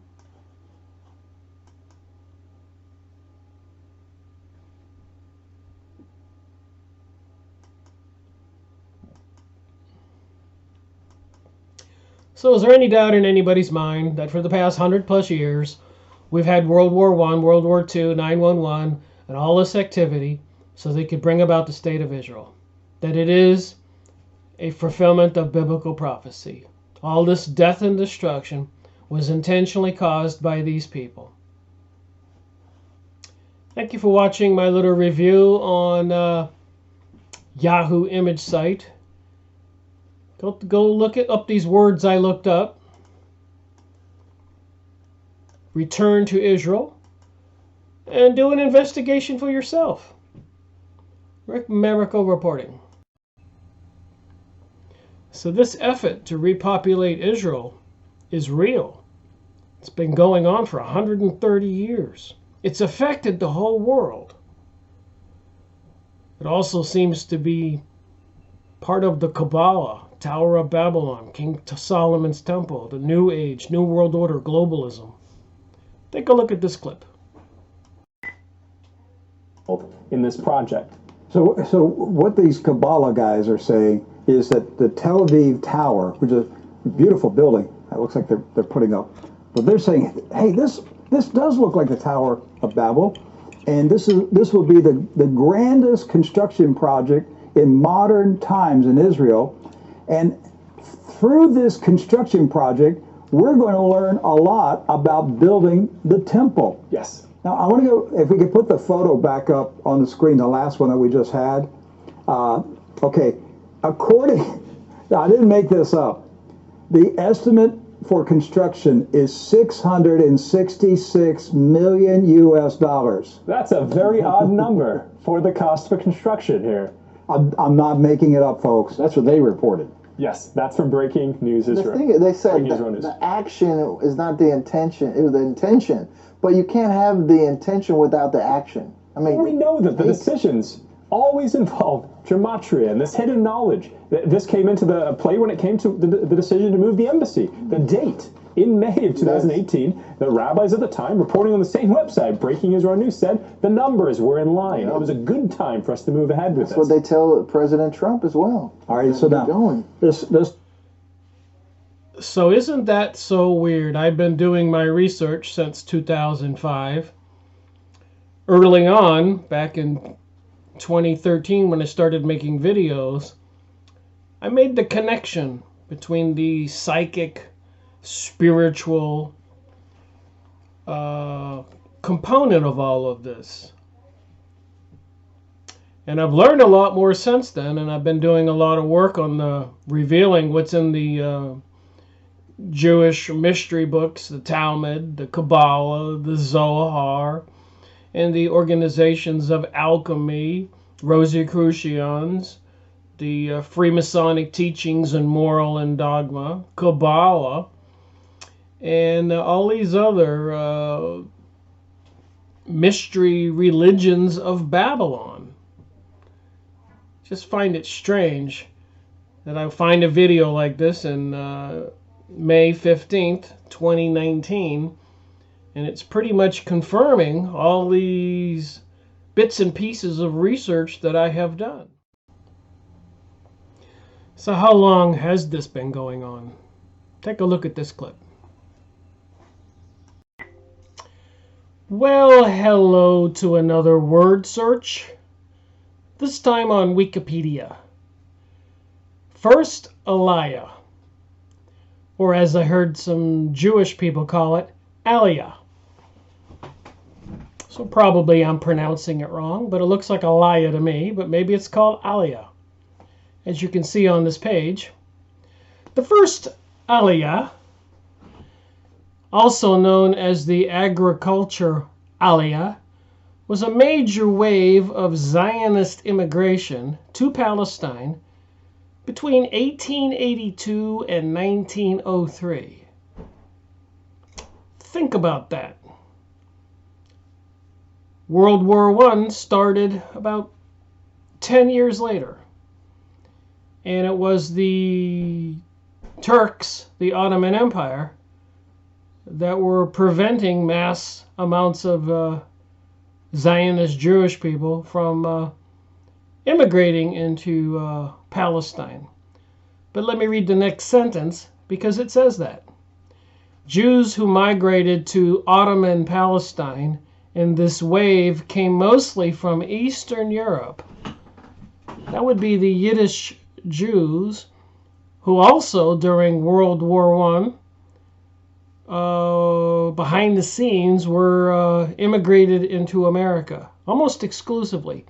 And that's why Henry Ford bought his newspaper, the Dearborn Independent, to get the word out about this planned migration of Eastern European Jews into the United States, who acted like they owned the place and were buying up businesses, publishing, and liquor businesses and everything else. And apparently with plenty of money, seeing that the Illuminati had taken over the USA money supply in 1913, after not having control of the USA money supply for almost 50 years, and a couple US presidents were assassinated, killed, poisoned, in the attempt to take control of the US by these people from these secret societies. Anyways, back to this story. An estimated 25,000 to 35,000 Jews immigrated to Ottoman Palestine during the first Aliyah. It is estimated that between 40 and 90% of those immigrants left Palestine again, most of them a few years after their arrival. I would imagine it was tough over there. And I wonder if they came to the USA, many of them. Because there had been immigration to Palestine in earlier years as well, the term first Aliyah, is highly critical among scholars. So I've showed pictures of this. So it has been going on for 100 years or more. This is over 120 years ago, 30 years ago. Reasons for immigration. Eastern European. So that would be around Russia, Germany, Poland, Ukraine. What was the reason? The Jewish people lived as a minority in numerous countries throughout the world, among many different ruling nations and under different regimes. They were living in something called a diaspora. Apparently God dispersed the Jews and I guess punished them that they couldn't have a homeland, according to their God. Competing ideologies within the Zionist movement had to cooperate with each other. The difficulties of achieving national sovereignty for Jews in a country where they, at first a tiny minority, made even the most extreme political Zionist regard such sovereignty as the ultimate goal, which had to be approached by stages. Approached by stages. Well, let me give you 3 stages. World War I, World War II, 9/11, and all the stages in between. The specific view opened up the way for other Zionists concentrating on nationalist culture. Nationalist culture. Isn't that interesting? Social and economic aims, And they want the rest of us in the world right now to be a globalist culture, destroying all of our individual cultures, yet they want a national culture and a social and economic aims. They had economic aims back then, and apparently they almost control the whole world right now, to enlist general immediate support for their objectives. In fact, this position caused not only Zionism, but all moderate Jewish ideologies to assume a distinctly different character than comparable movements among other peoples. So it says here it was all a plan, and they had planned by stages. And they were forcefully rallying their people to keep them together. The immigration to Ottoman Palestine from Eastern Europe occurred as part of a mass immigration of approximately 2.5 million people that took place toward the end of the 19th and the beginning of the 20th century. So 2.5 million people left Eastern Europe. And of course, many of them came to America, Europe, Middle East, Brazil, South America, Africa. They were having difficulties over there in Ukraine, Russia, Germany, Austria. The rapid increase in population had created economic problems in Eastern Europe. The problems affected Jewish societies in the Pale of Settlement, Galatia and Romania. Russian persecution of Jews was also a factor. In 1881, the Tsar Alexander II of Russia was assassinated. So there's all this internal goings-on, even like President John Kennedy, who was probably assassinated by these people who want a global world order. Apparently back then, the Tsar Alexander II of Russia was assassinated, and the authorities blamed the Jews for the assassination. Consequently, in addition to the May laws, major anti-Jewish pogroms swept the Pale of Settlement. So according to some research I'm doing, the Jewish people did not do any labor kind of work. They brokered everything and controlled everything. And they were very vicious in their activities and caused a lot of poverty and turmoil in the poverty-stricken peasants that were poverty-stricken because of the Jewish people who controlled all of the marketing and control, gave them very little and actually take advantage of them through the liquor industries. According to what I'm reading in a document right now called I'm looking at it here, my desk, 200 Years Together by Alexander Scholhenston. I'll be going over that document.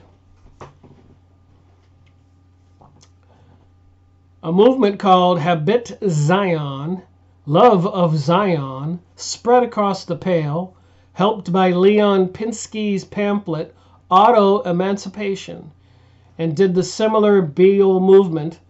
So here's an irony to this. The Jewish people were moved into the Ukraine. They called it New Little Russia. And they kind of really took advantage of all the people living in the Ukraine territories. It was a big area and caused a lot of poverty among the peasants. Before the Jewish people moved in, the peasants were doing okay. And so they had to create some kind of rules and restrictions and laws called pogroms.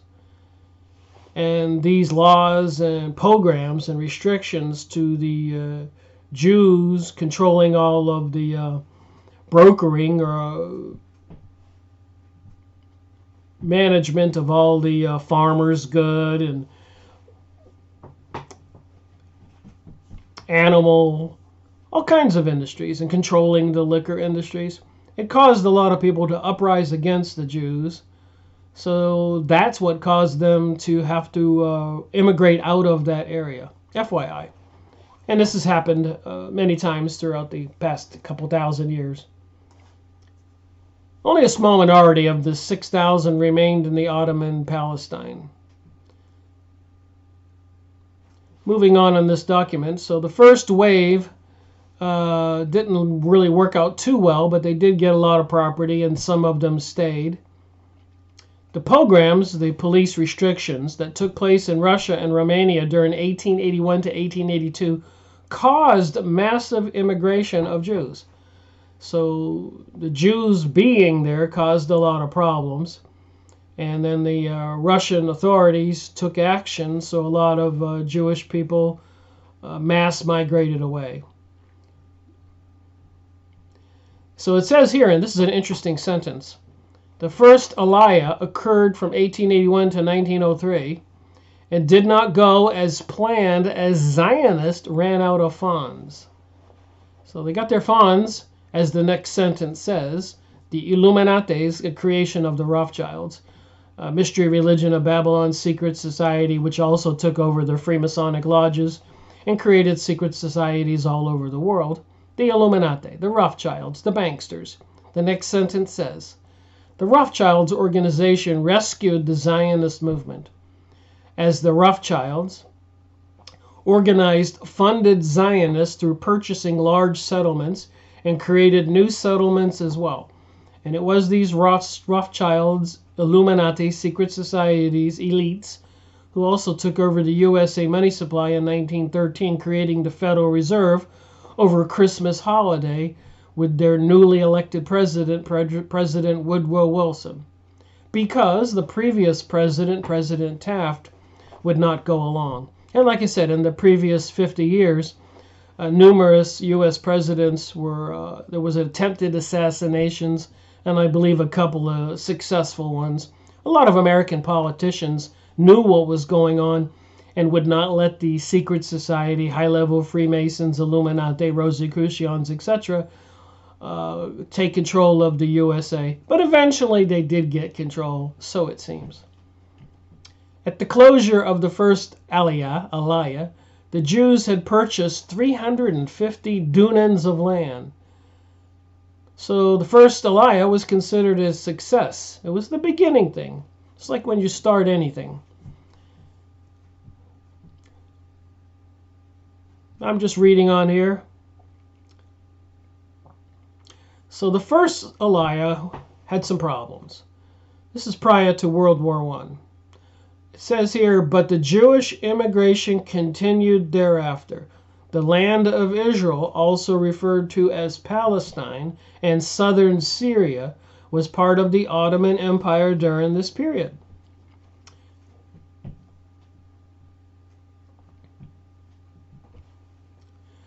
Next paragraph. The committee was first organized to organize group aliyahs, such as Jewish passenger ships that set sail from Galati.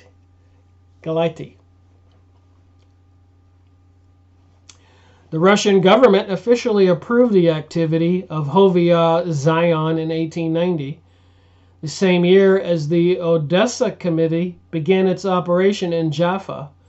The purpose of this organization was to absorb immigrants to Ottoman Syria who came as a result of the activities of the Hovia Zion in Russia. So I've been saying all along with my videos, this effort to get this state of Israel created, and now with 911 creating a greater Israel, and of course them having and obtaining nuclear weapons through espionage and spying in America. I made book reviews on these topics.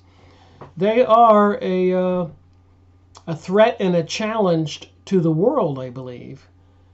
And apparently they still control the American politicians through the AIPACs, Political Action Committees.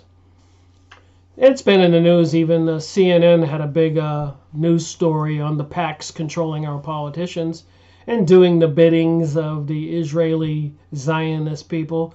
And as we've all seen in the news and the goings-on in our reality, there is a push for a global world order. They even say so. And they're using global warming and sustainability and terrorism to obtain their global world order. So it seems. The authorities continued to push the Jews out of business and trade. and they would not have been pushing the Jews out of business and trade had they been dealing faithfully, ethically, and morally, and conscientious of the communities. Just the contrary. They were getting a lot of the peasants and citizens in debt with loans and addicted to alcohol because of the Depression. It was a sad state of affairs, and the Russian government had to take action, of course. Moscow was entirely cleansed of Jews. So they wouldn't have done that unless there was a reason. The financial situation of the settlements from the previous decade improved to the Baron de Rothschild's assistance. So the Rothschilds were financing this creation of the State of Israel, and the Rothschilds are seriously into the mystery religion of Babylon with the secret societies and all of their strange rituals, apparently even including sacrificing humans. And this, a lot of insiders have come out and told this on many YouTube videos and alternate news website interviews and books that I've had, stuff I've gone over. So after 15 years of research, I can say that seems to be the case.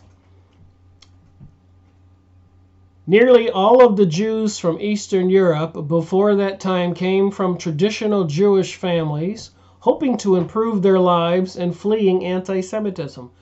So anti-Semitism was something that was created because the Jewish people, when they went into a community or a whole country, wound up controlling everything, and they were mercifully extracting all they could from the peasants and the citizens.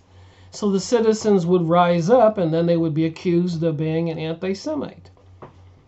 The immigrants that were part of the first Aliyah, however, came more out of connection with the land of their ancestors.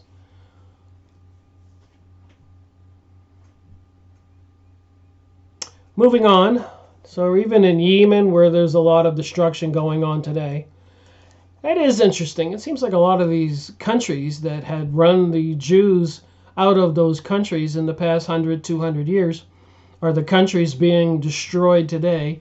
So it does seem like some kind of revenge is taking place. FYI, including Russia after World War I, where they claimed that over 100 million Christians and other Russian good people were killed, and the Christian church is destroyed, but not the Jewish temples or the Jewish people, all accomplished by the Bolshevik Jewish people. So it does look like a case of revenge.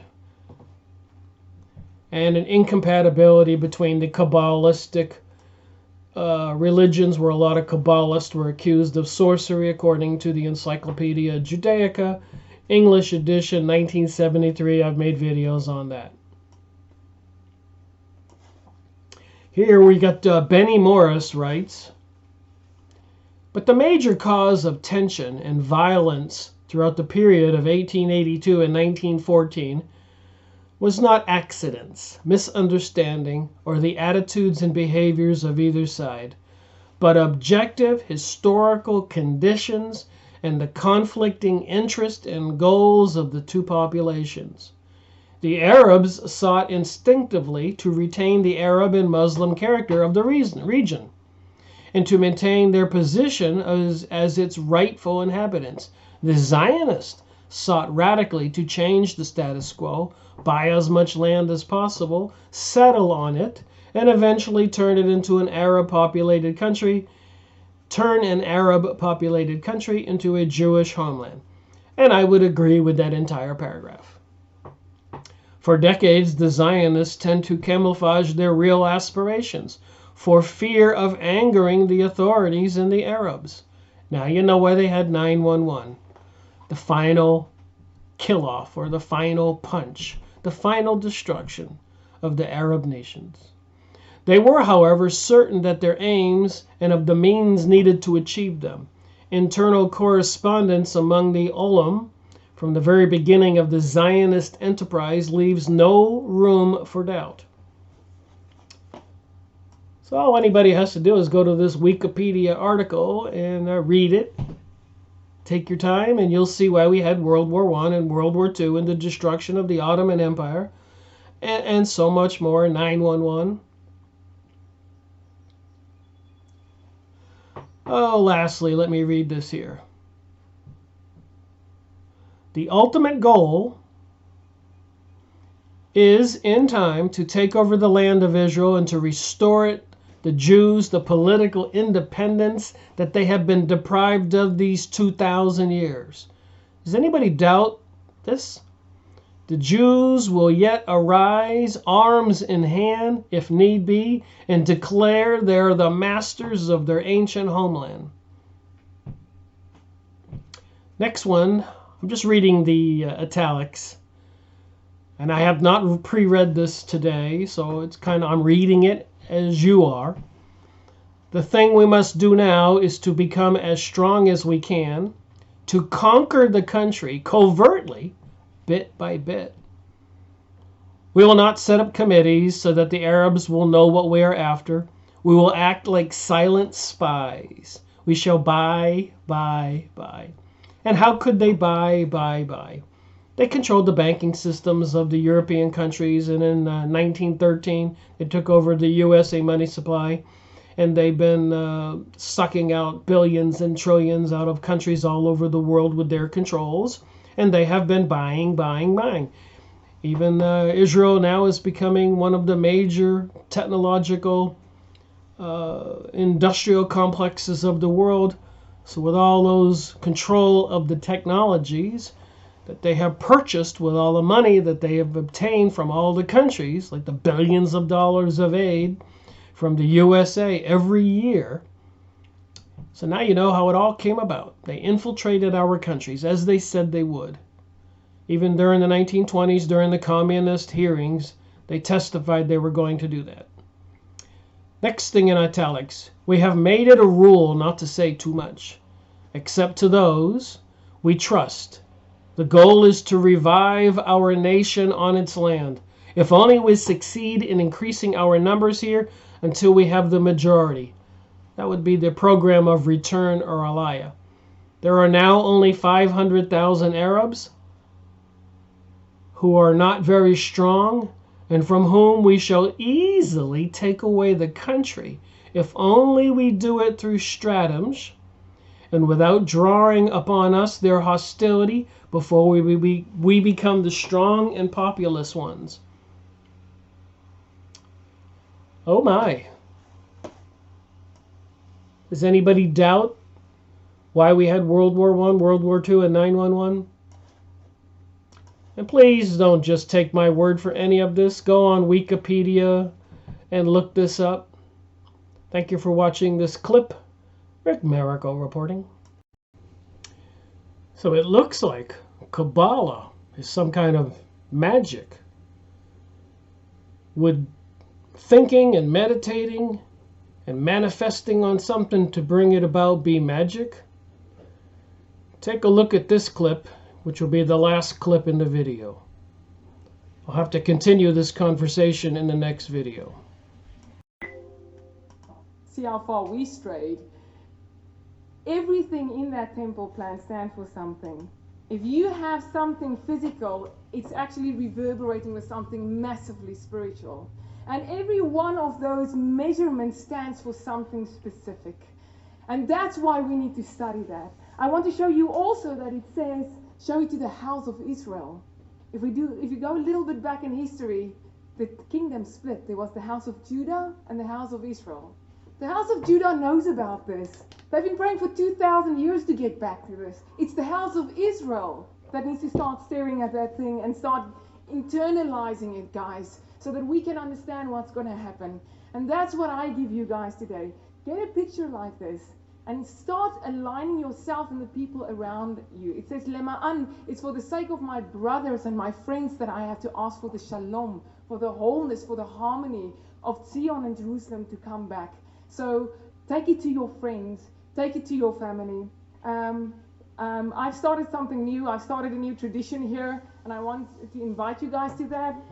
I got a very, very special scribe to write for us the word Zion on klav, how do you say, on parchment. This is on Torah. So they have the word Zion etched on this parchment in Hebrew letters, and you're supposed to meditate and focus on it every day to manifest this reality. Think about that. Parchment. And for the Jewish people, most of them living in America, we always had something that said Mizrach, east, because we had to know how to face to Jerusalem. I want you guys to get something like this in your house, to place it on the wall that faces Jerusalem, and that you can physically start aligning yourself when you pray. Know where Jerusalem is, know where the true location of Jerusalem is, but more than that, also know where Temple Mount stands much higher. Temple Mount is on top of the city of David. Temple was never inside the city of David. The person that, and I'm finishing this with this, the person that, I hear the music, the Oscar music starting, the person that placed the Temple Mount on the east side of the city of David is dragging you down. You have to come up to Temple Mount. That's where we have to serve him. Thank you so much. Thank you. So she wants people to have this little parchment with the Hebrew letters of Zion and pray and meditate and bring it into manifestation. Could that be called magic? What do you think? Yeah.